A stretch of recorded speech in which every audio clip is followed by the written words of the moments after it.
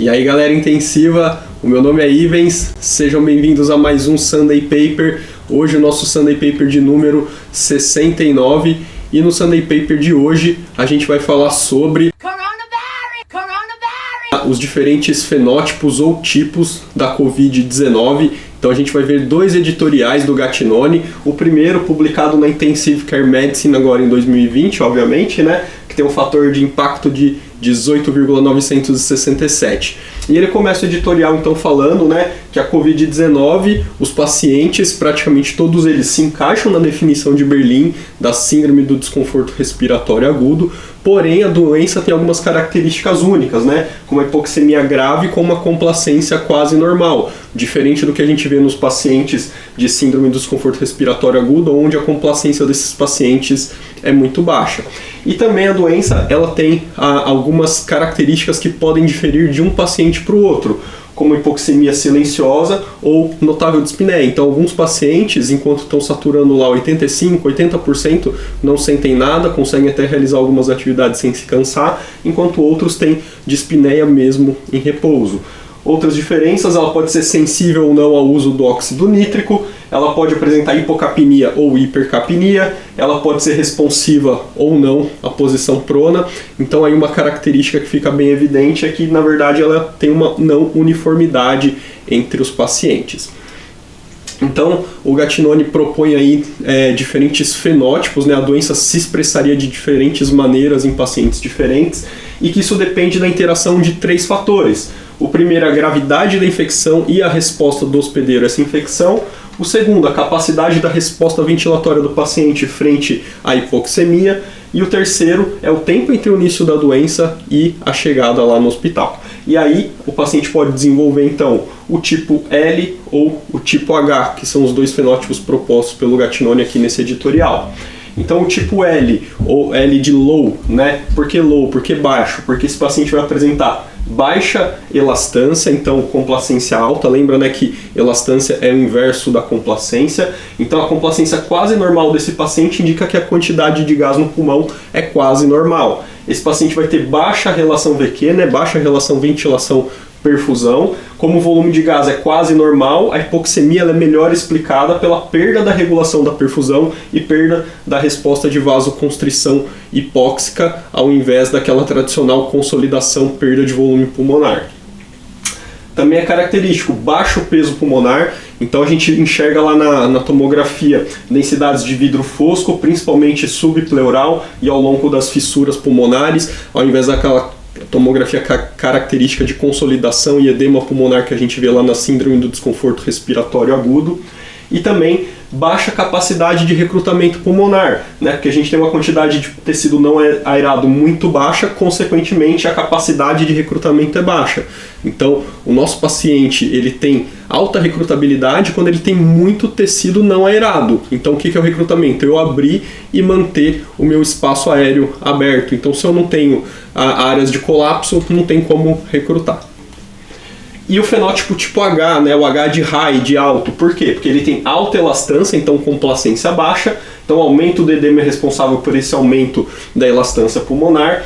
Alto shunt da direita para a esquerda, porque a gente tem uma alta fração do débito cardíaco que perfunde tecido não aerado. E aí então, principalmente nas regiões pulmonares dependentes, devido ao aumento do edema e da pressão sobreposta. Então eu vou ter uma grande quantidade de sangue que vai acabar perfundindo áreas pulmonares não aeradas, levando a um grande shunt da direita para a esquerda. Alto peso pulmonar, então quando a gente faz uma análise quantitativa da tomografia, a gente consegue ver esse peso, né, esse aumento do peso pulmonar, pulmões aí com mais de 1,5 kg, o peso pulmonar normal em torno de 1 kg, então igual a gente vê na síndrome do desconforto respiratório aguda grave, então um aumento significativo do peso pulmonar. E assim, alta recrutabilidade pulmonar. Então, o aumento da quantidade de tecido não aerado está associado, assim como a gente tem na SARA grave, o aumento da capacidade de recrutamento. Então, agora sim, nesse fenótipo H, como eu tenho pouco tecido aerado, eu tenho uma grande capacidade de recrutamento desses pacientes. Então aqui a gente consegue ver uma imagem de um tipo L e uma imagem de um tipo H, então as diferenças tomográficas, né, desses pacientes. Então aqui fica evidente que aqui a gente tem muito tecido aerado, enquanto aqui a gente tem bastante área de tecido não aerado, que acaba respondendo pela principal diferença e depois pelas características que esses pulmões vão apresentar. E ali nos gráficos a gente vê ali as unidades Hounsfield desses pulmões representadas da tomografia. Aqui no tipo L a gente vê que está muito mais próximo aqui, né, entre menos 1000 e menos 800 unidades Hounsfield, o que representa grande parte de tecido aerado, enquanto aqui no pulmão tipo H a gente vê que a grande concentração está entre menos 100 e 100 unidades Hounsfield, que são onde se concentram as unidades não aeradas. Então a gente vê aqui grande quantidade de tecido aerado e aqui grande quantidade de tecido não aerado. Conclusão do Gattinoni nesse editorial.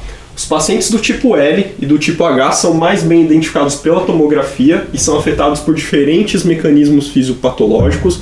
Então o melhor jeito da gente identificar esses caras é através da imagem da tomografia.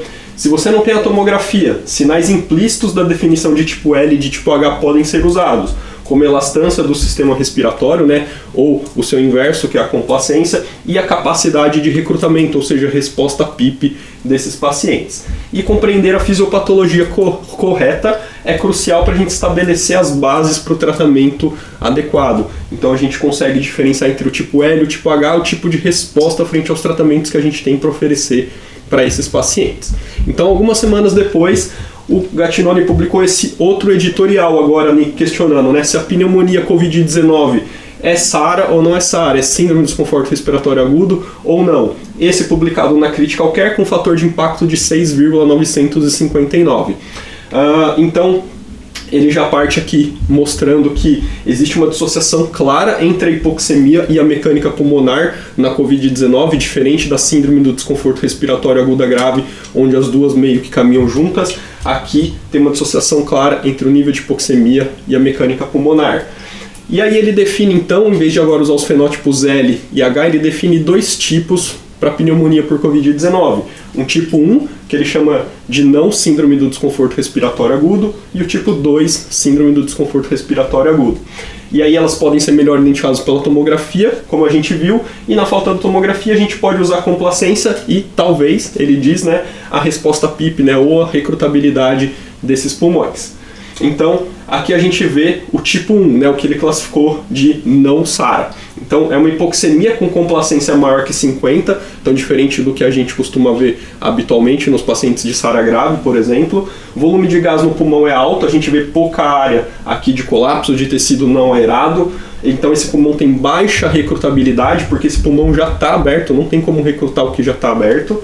A gente tem um mecanismo de perda de vasoconstrição hipóxica, da regulação do fluxo sanguíneo pulmonar. Então, isso sim, né, que é o mecanismo principal da hipoxemia nesses pacientes, é devido à alteração da relação ventilação-perfusão. Então, o uso da PIP e da prono nesses pacientes não ajudam no recrutamento de áreas colapsadas, visto que esses pacientes têm pouquíssimas áreas colapsadas, mas sim redistribuindo a perfusão pulmonar. Então, como a gente discutiu no Sunday Paper da semana passada, quando a gente prona o paciente, a gente consegue fazer uma melhor relação ventilação-perfusão, porque eu levo a minha perfusão, que é mais dorsal e próxima do diafragma, para uma área não dependente, onde esse pulmão vai estar melhor ventilado nesse momento. E o tipo 2, que ele chamou de síndrome de desconforto respiratório agudo, que vai acometer aí 20 a 30% dos pacientes, uma hipoxemia com uma complacência mais baixa, menor que 40 ml por centímetro de água, volume de gás no pulmão é baixo, e aí a gente tem alta recrutabilidade porque a gente tem bastante área de colapso nesse pulmão, então a gente consegue recrutar alvéolos nesse pulmão. Então, esse tipo, né, o tipo 2, ele pode ser pela evolução natural da própria doença, que se agrava, mas também pode ser pelo manejo respiratório inicial, onde a gente pode agravar a lesão pulmonar, né, até mesmo por conta da PSILI, né, a Patient Self-Inflicted Lung Injury. Então, a lesão pulmonar é feita pelo próprio paciente, pelo próprio esforço respiratório do paciente. Então, manter o seu paciente com esforço respiratório aumentado por muito tempo pode agravar a lesão pulmonar e aí levar para uma evolução do tipo 1 para o tipo 2 da doença. Essa aqui é uma imagem que eu postei no Instagram esses tempos atrás, dos pacientes nossos lá na UTI. Então, um paciente aqui do tipo 2, que é um paciente que tem muita área de colapso, vê, né, o platô dele mais alto, 28, uma driving pressure mais alta, 14, com uma complacência mais baixa, 28, e o paciente aqui, o 2, é o paciente do tipo 1, tem pouca área de colapso, aí ele tem um platô mais baixo, 20, uma driving pressure mais baixa, 8, e uma complacência mais alta, 53. Então, representando bem o que a gente viu aí nos dois editoriais do Gattinone, né, dos pacientes perfil L e perfil H, ou tipo 1 e tipo 2. Conclusão dele, no segundo editorial aqui, ele dá uma pequena diretriz do que fazer nos pacientes tipo 1 e tipo 2. Então, tipo 1, níveis de PIP mantidos mais baixos naqueles pacientes, principalmente com complacência pulmonar mais alta, para você não ter sobredistensão. Volume corrente não deve ser limitado a 6 ml por quilo. Por que ele fala isso? Você consegue usar volumes mais altos porque a sua complacência é boa, isso aí gera platôs mais baixos, driving pressures mais baixos, e aí você não necessariamente vai cair numa lesão pulmonar piorada pela ventilação.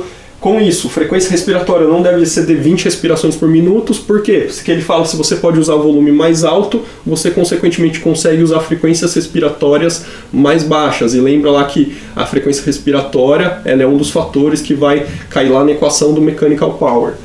E os pacientes devem ser deixados quietos, evitar fazer muito é de maior benefício do que intervir a qualquer custo, tá? Então assim, eu recomendo que vocês leiam o editorial para vocês entenderem o que ele está querendo dizer aqui nessa conclusão, tá bom? E o tipo 2, ele fala que deve ser utilizado padrão, o tratamento padrão que a gente já usa na síndrome do desconforto respiratório agudo, com menor volume corrente, utilização da posição prona e PIP relativamente alta.